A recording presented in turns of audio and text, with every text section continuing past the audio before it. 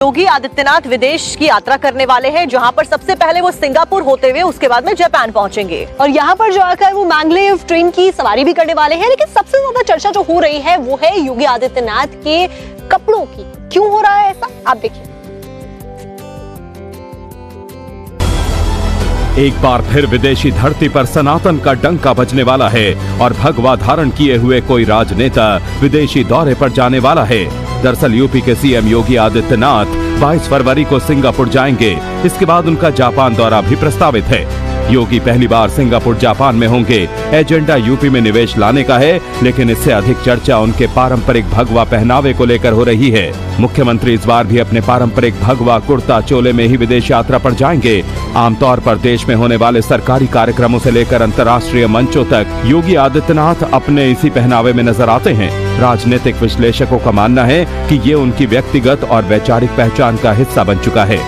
CM योगी 23 से 24 फरवरी को Singapore में रहेंगे, वहीं 25 और 26 फरवरी को जापान के दौरे पर रहेंगे। ये दौरा यूपी के विकास और निवेश के लिए अहम माना जा रहा है।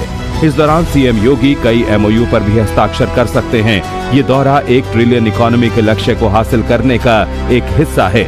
सबसे अहम बात यह है कि सीएम भगवा पहनकर ही सिंगापुर और जापान जाएंगे और सैंडल की जगह पर जूते पहनेंगे। सीएम योगी जापान के हनुमान मंदिर भी जाएंगे। ये मंदिर राजधानी टोक्यो से करीब 40 से 50 किलोमीटर की दूरी पर स्थित बताया जा रहा है।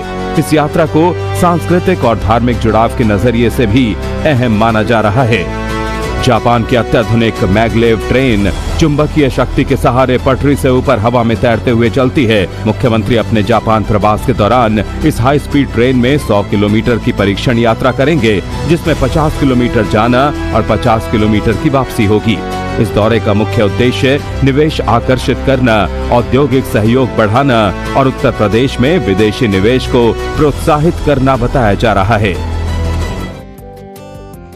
फिल्म घूसखोर पंडित का नाम बदल गया। योगी आदित्यनाथ विदेश की यात्रा करने वाले हैं, जहां पर सबसे पहले वो सिंगापुर होते हुए उसके बाद में जापान पहुंचेंगे और यहां पर जो आकर वो मैग्लेव ट्रेन की सवारी भी करने वाले हैं। लेकिन सबसे ज्यादा चर्चा जो हो रही है वो है योगी आदित्यनाथ के कपड़ों की। क्यों हो रहा है ऐसा, आप देखिए।